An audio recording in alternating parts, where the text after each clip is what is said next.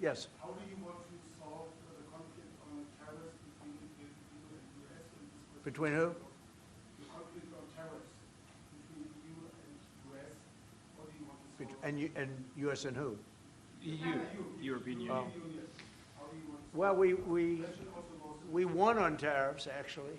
Somebody said you actually won the case. We won on tariffs. We had a decision that was wrong. It was a very bad decision from certain standpoints. From other standpoints, a very powerful decision because it reaffirmed all the fact that we have all these various forms of tariffs that we felt right, but it totally reaffirmed it. It said you can use all of these tariffs. So we have all these vast menus of tariffs. And tariffs have made our country very rich. We have to charge tariffs to nations who play with their money. You know, they move their money up and down like a yo-yo. We have to take care of nations that have been good to us and fair to us, and we're going to take care of them. Other nations, they haven't, and we haven't let them take advantage of us. But the whole thing with tariffs is we had a decision that, like, as an example, we have a license situation, and the license is something that allows us to immediately stop all business with, nobody even knew we had this power, but we do now because of the decision. We have the right to stop all business having to do with a certain country. If a certain country is not treating us well, the president, without going to Congress, has the right to stop. Sort of interesting. I have the right to stop, but under that one law, I didn't have the right to charge them. So I have the right to license them, but I don't have the right to charge, which is frankly ridiculous. But the right was given to us by the Supreme Court. And we have the right, as an example, we talked about Spain.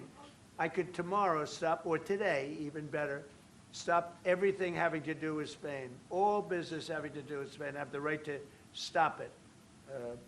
Embargoes, do anything I want with it. And we may do that with Spain. What do you think? Well, sir, I think we're going to talk about it with you. I know that you have strong power. The Supreme Court clarified. We know you can use it, and if you need to use it to assure national and economic security, we'll do it. Scott, do you have an opinion? Sir, I agree. The Supreme Court reaffirmed your ability to implement an embargo, and as we've talked, from your first term, the Section 301s and the 232s have withheld more than 4,000 lawsuits, and USTR and Commerce are going to begin investigations, and we'll move forward with those. And we've instituted a 15% tariff on everybody, as you know, and just used, I'll tell you, we had a couple of paragraphs written in that opinion that were really incredible. Justice Kavanaugh wrote a fantastic dissent, but in his dissent, he said what we should do, and we knew that too. We just wanted to simplify it, and for some reason, I think, you know, very, very foolishly, the courts decided no, but they said you can do it many other ways, and that's what we're doing. And what we've done is we've gone to a very simple, straight 15% tariff. We've taken in hundreds of billions of dollars in our country because of tariffs. So we've taken in all of this money, hundreds of billions of dollars, and honestly, it's made us very rich as a country, right? So it's been doing good. When will you have the full plan implemented? We have a 5-month period, up to 5 months, where we can go at 15%. And while we're doing that, as you know, we're doing the various studies and things, and we'll be coming out with tariffs, different tariffs on different countries. Do you want to talk about that first? Yes, sir. By the time the 5-month period has elapsed, we'll have completed investigations under Section 301, which Secretary Bessent talked about. We know there are countries out there with deals who are very interested in keeping the deals. We need to go through and investigate all these unfair trading practices, the kinds of things you talked about, and make sure that we're protecting U.S. economic security. We know there are countries. How are we going to treat Germany? Well, I think you should hit them very, very hard. You knew he was right there when you said that, Mr. President.